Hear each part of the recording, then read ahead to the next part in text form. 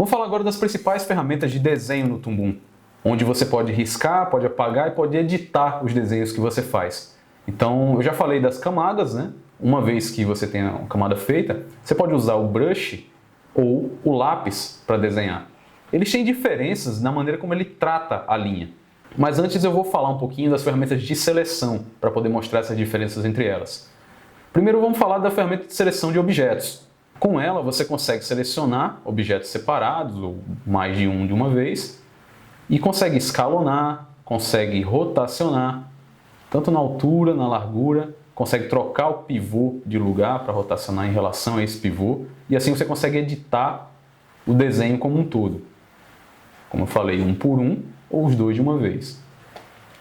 A segunda opção aqui de edição de contorno, aí você começa a ver algumas diferenças entre um desenho que foi feito com o brush ou com o lápis, que aí você edita ele pelo meio da linha e aqui é pela borda da linha.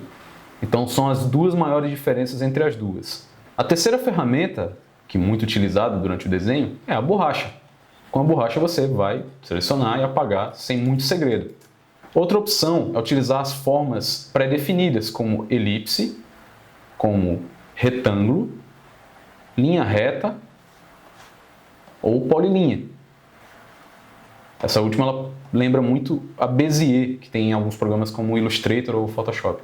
Agora vamos entrar um pouquinho mais nos detalhes de como essas ferramentas funcionam, essas que eu mostrei até agora. A ferramenta Brush ela tem algumas opções de espessura de linha. Você pode trabalhar com ela mais grossa, mais fina. E a opção de smoothing, que significa o quanto ela suaviza a tremedeira da sua mão. Ou se ela estiver em zero, ela vai deixar o traço do jeito que eu risquei. Ou se ela estiver mais alta, ela vai dar uma aliviada na tremida, suavizando a linha. Você tem opções adicionais quando você clica aqui dentro. Ele vai permitir que você desenhe com uma ponta circular, uma ponta em formato de diamante, que é essa mais quadrada. Deixa eu reduzir aqui o smoothing, senão ele vai suavizar demais. Ou square, ele vai desenhar a partir de um quadrado. Além deles, eu consigo aqui ainda aumentar o tamanho máximo e tamanho mínimo. No caso aqui eu estou usando um tablet, uma Cintiq, e aí ela permite que eu risque fraquinho até o grosso, tem uma variação de espessura pela pressão da mão. Eu posso controlar isso aqui. Eu posso controlar o quanto ela é proporcional à altura e largura. Ele chama de roundness, porque ele se refere mais ao círculo. Então se for menos roundness, você vai ter ele mais achatado. Uma direção é quase como se fosse um pincel achatado, chanfrado, uma caneta que tem uma ponta chata. Ou a inclinação dessa caneta em relação à tela que você está riscando. O hardness, que é a dureza dele. Daqui para baixo eu só vou conseguir trabalhar um pouco melhor quando eu trocar o tipo de brush. E aí eu preciso explicar para vocês, quem já não conhece, a diferença entre o que é um vetor e o que é um bitmap. Tudo que a gente está fazendo até agora aqui é vetor. Então, quanto mais eu aproximo, mais você vê que essa linha está aqui na tela, porque ela é um gráfico, é como se fosse um gráfico de matemática. E quando eu tenho uma troca aqui para Textured Vector, aí mesmo com as ferramentas circulares, é o mesmo brush que eu estava utilizando, só que quando eu aproximo, você vai ver que ele tem pixels. E isso é um bitmap. É uma diferença básica da computação gráfica, mas caso vocês não conheçam, essa é uma das maiores diferenças. O brush, tanto ele faz vetor, como ele faz bitmap. Você pode desenhar das duas maneiras. Só que uma vez ele estando com bitmap, você consegue trabalhar com texturas mais elaboradas. Então você consegue uma aproximação muito grande de um brush de Photoshop, por exemplo. Então ele trabalha, ele tem várias opções aqui que você pode trabalhar essa ponta, customizar. Então vamos voltar aqui para o círculo e trabalhar no hardness, por exemplo. Deixar ele mais redondo. E agora você vê que ele faz uma espécie de aerografia. Ó, quanto menos hardness, ele fica mais aerografado. Quanto mais, ele fica mais duro a linha. Ele também trabalha com espaçamento, então se ele vai fazer um pontilhado. Variação de tamanho de uma maneira randômica. Variação de ângulo e variação de espaçamento. Então ele te dá essas opções a mais ali. Eu tenho outras abas aqui nas opções de brushes que se aproximam muito do que a gente tem no Photoshop. Aqui eu tenho controles de variação de opacidade no traço pela pressão. Então quando eu coloco um mínimo flow baixo e um máximo alto, eu consigo essa variação de pressão ali. Quanto mais eu aperto, mais ele escurece o traço. Quanto mais eu solto, mais ele deixa transparente. Mesma coisa na opacidade, ele deixa um filtro ali, que é um limite. Ele não vai passar desse, no caso aqui de 45% que eu coloquei. Então ele também são controles de variação de opacidade pela mão. Embaixo, randomicidade, então se aumentar aqui ele vai deixar meio que falhado o traço. Então ele vai dar uma... Mesmo que eu controle a pressão, mas ele vai criar pequenos pontos ali. Além disso eu tenho a opção de Dual Tip, que ele vai criar um segundo brush que é para criar falhas, como se fossem buracos, né? Eu controlo tanto o traço como as falhadas dele. Então quando eu troco aqui para Multiply, por exemplo, e aumento o Maximum Size, escolho um brush bem texturizado aqui, você vê que ele vai criando um segundo brush para fazer falhas, buraquinhos, né, que vai dando a impressão de que o papel ou o lápis que você está usando é meio rugoso. Então ele dá essas opções aqui. E outra opção que colabora ainda nesse efeito é o Paper Texture, que aí te permite aumentar ainda esses efeitos, te dando mais opções de texturização para o objeto. Tudo isso dentro do brush, ok? Quando você está usando a ferramenta de lápis, você também tem as opções de desenhar tanto com bitmap quanto com vetor. Deixa eu engrossar um pouquinho a linha, para ficar um pouco mais visível. Você consegue, sem nenhuma textura, ele desenha com vetor, e com textura, ele desenha com bitmap. E quando você trabalha com a edição de contorno, ele vai editar o centro da linha. Então você tem um controle bem maior dessas linhas, que podem ser texturizadas ou não. Como você está vendo aqui, ó, quando eu aproximo eles são pixels. Pixels até bem visíveis, né? Você vê que ele deixa aparente na tela ali. Mais grãos. Todos eles são bitmaps, porém eu posso controlar o vetor que está no meio dele, como se fosse uma espinha da linha, no meio dela.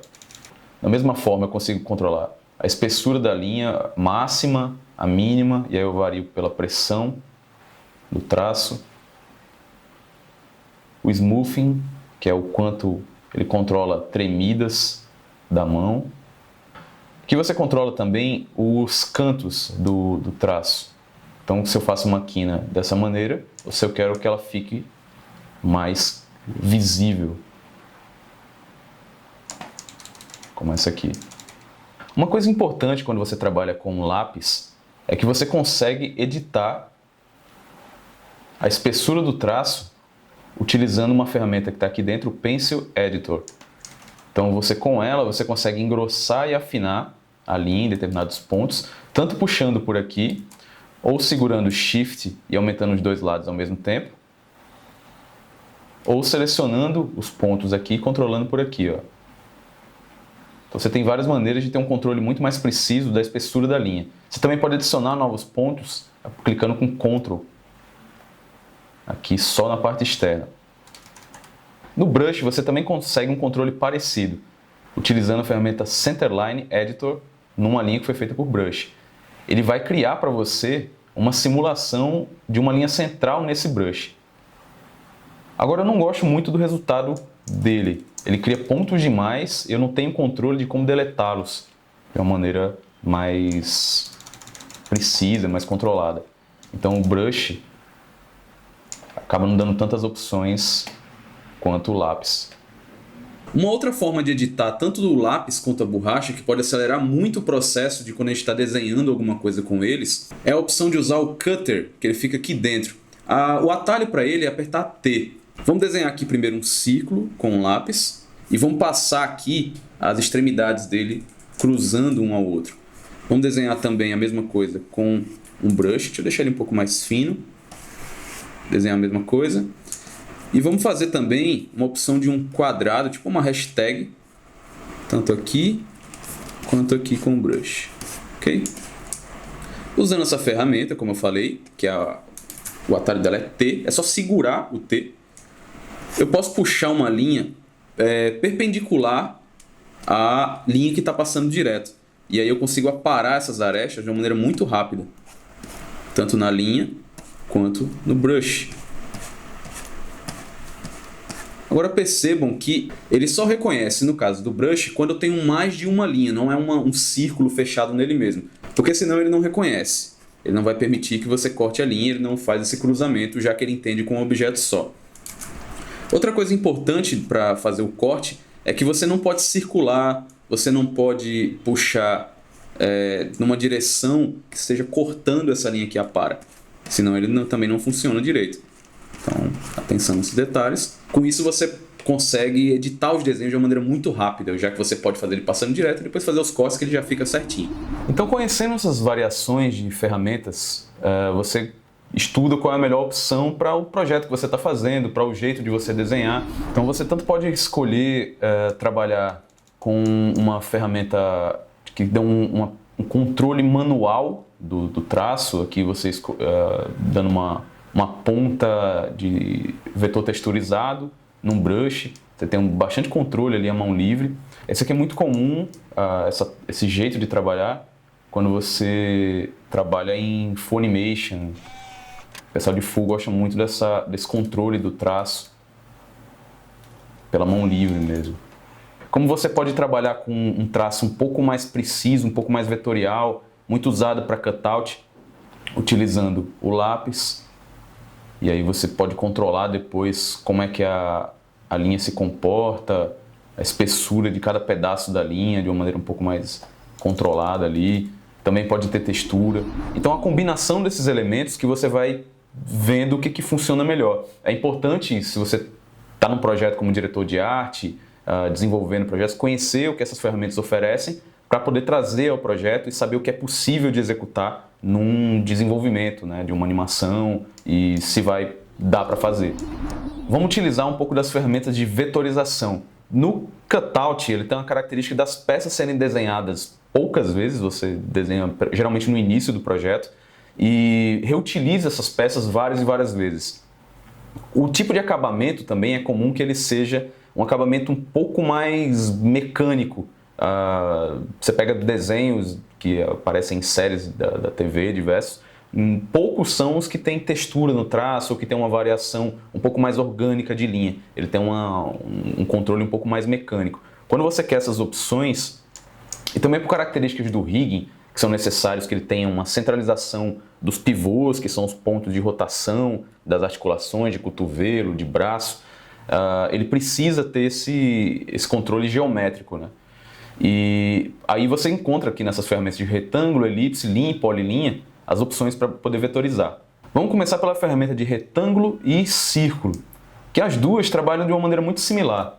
Elas também utilizam o controle de espessura de linha igual ao lápis.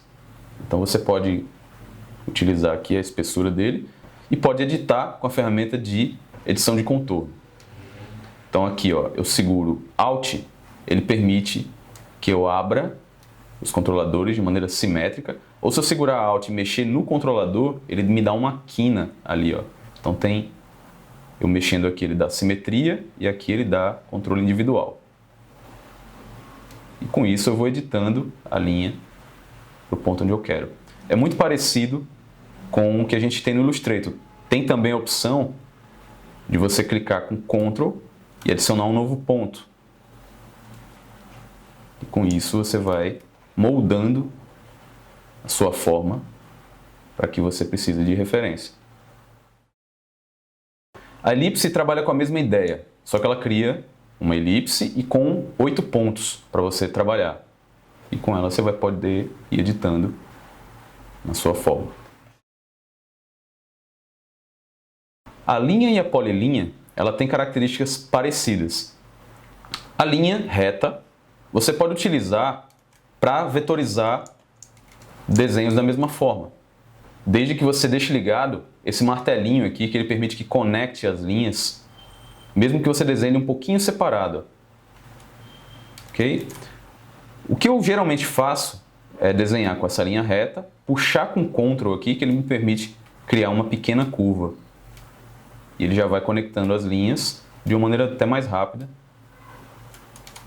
do que eu faço com as formas prontas que tem ali. Por fim, eu vou editando os pontos da mesma forma, com Alt, Ctrl e movimentando a edição de contorno. Por último, eu tenho a polilinha, que é muito parecido com a ferramenta Bezier, que a gente tem em vários outros programas, como Illustrator, como Photoshop. Você já pode ir puxando as alças e ela já deixa muito próximo do desenho final. Com poucas edições você já resolve uma vetorização mais rápida. O problema da polilinha é que quando você vai editar o contorno, ele tem diferenças.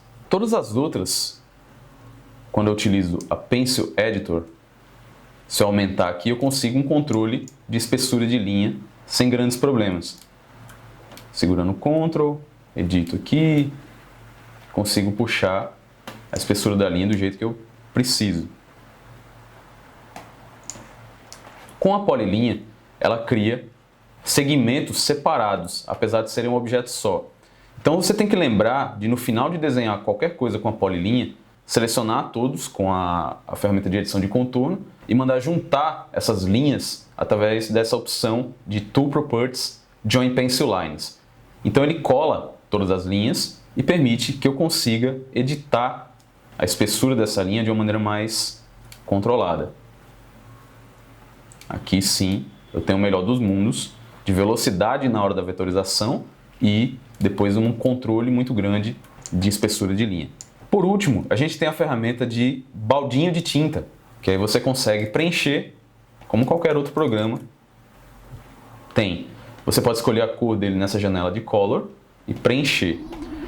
Agora é importante notar que o Toon ele trabalha com a cor na forma de instância. Toda vez que eu coloco uma cor dessa em um objeto, ele cria uma instância, que significa que é uma referência de cor.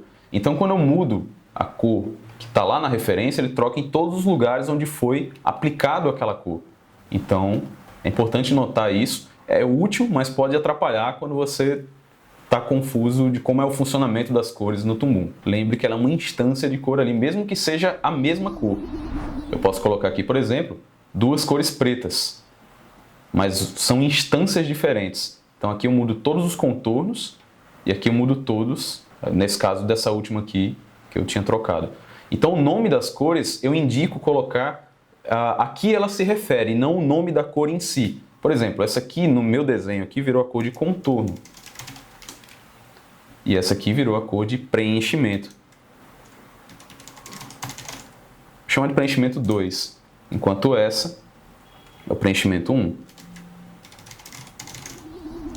Então quando você está desenhando um personagem, você coloca cor do cabelo, cor da pele, cor do contorno, e não preto, azul, amarelo, vermelho, porque essas cores podem ser modificadas e você vai perder a referência do que ela estava ali anteriormente. Você ainda pode utilizar a cor para pintar aqui, só que veja que se eu usar a mesma instância para duas partes da boca, além de eu não conseguir uma variação de cor, ele vai mudar as duas ao mesmo tempo. Como é que eu resolvo isso aqui, né? Para colocar com cores diferentes, ele mexer independentemente. Então vamos escolher uma cor aqui para o fundo da boca, é uma cor de um vermelho um pouco mais escuro. Eu vou duplicar, apertando mais. Nessa segunda ele vai criar uma nova instância com a mesma cor e eu posso modificar ela para um tom um pouco mais saturado de vermelho. E aí posso pintar com essa nova instância com baldinho. Então você vê que essa aqui agora ela mexe a língua e esse outro mexe o fundo da boca. Ok? Então aqui, ó, quando eu modifico essa instância, ela vai mudar só lá o fundo da boca e esse outro aqui a língua. E para finalizar, vamos pintar aqui a linha, o dente, também amarelado, e o fundo da garganta. É isso.